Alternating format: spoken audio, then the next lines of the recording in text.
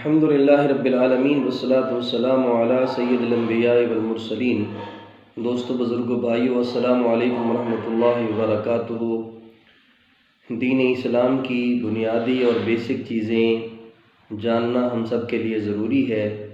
نماز میں کچھ شرائط اور کچھ فرائض ہوتے ہیں جن کو ارکان نماز کہا جاتا ہے۔ شرائط نماز میں سے طہارت، جسم پاک ہو، وضو کے ساتھ یا غسل کی ضرورت ہے تو غسل کے ساتھ جسم کا پاک ہونا، لباس پاک ہو، جگہ پاک ہو، اسی طرح ستر عورت، جسم کا چھپانا، مرد کے لیے ناف سے لے کر گھٹنوں تک اگر مجبوری ہے تو، اگر مجبوری نہیں ہے تو خوبصورت لباس ہونا چاہیے، اچھا لباس ہونا چاہیے، صاف ستھرا لباس پہننا چاہیے۔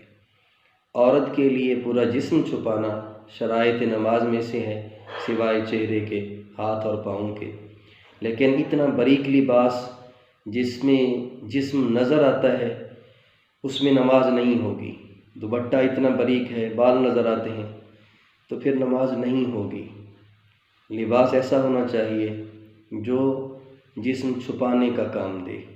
اس طرح سے نماز کا وقت، چاہے جو بھی نماز ہے، فجر، ظہر، عصر، مغرب، عشاء، نماز کو وقت پر ادا کرنا شرط ہے۔ وقت سے پہلے بھی نماز نہیں ہوگی، وقت کے بعد بھی نہیں۔ اگر وقت گزر گیا ہے تو پھر قضا پڑھنی پڑے گی۔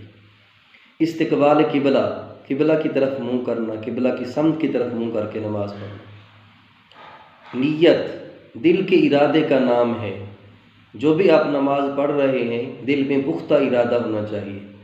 اسی طرح سے فرض ہے، سنت ہے، نفل ہے تو اس کا ارادہ دل میں پختہ ہونا چاہیے۔ زبان سے اگر الفاظ کہہ دیں تو بھی ٹھیک ہے، اچھی بات ہے، لیکن دل میں جو نیت ہے وہ ضروری ہے۔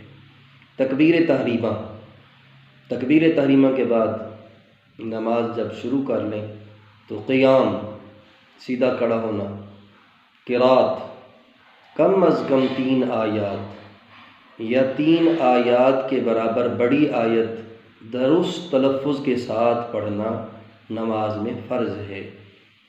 تلفظ کی درستگی جو ہے وہ ضروری ہے، چاہے امام ہو یا مقتدی، سب کے لیے تلفظ کی درستگی کے ساتھ قرات کرنا یہ فرض ہے نماز میں۔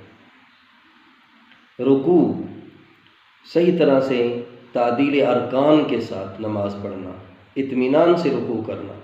سجدہ، دونوں سجدے نماز میں فرض ہیں، اور سجدے کی حالت میں ایک پاؤں یا دونوں پاؤں کی انگلیوں میں سے کچھ انگلیاں زمین پر لگنا ضروری ہیں۔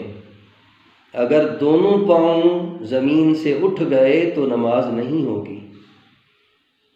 قعدہ، آخری قعدہ، تشہد کی مقدار اتحیات میں بیٹھنا آخری قعدہ کہلاتا ہے، جس میں اتحیات پڑھی جاتی ہے، یہ نماز میں فرض ہے۔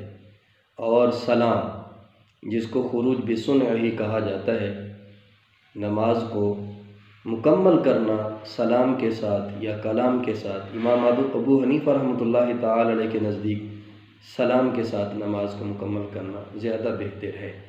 یہ نماز کے شرائط اور فرائض میں نے آپ کے سامنے پیش کر دیے ہیں۔ اللہ تعالیٰ سے دعا ہے اللہ تعالیٰ ہمیں عمل کی توفیق عطا فرمائے۔ وما علینا الا البلاغ المبین۔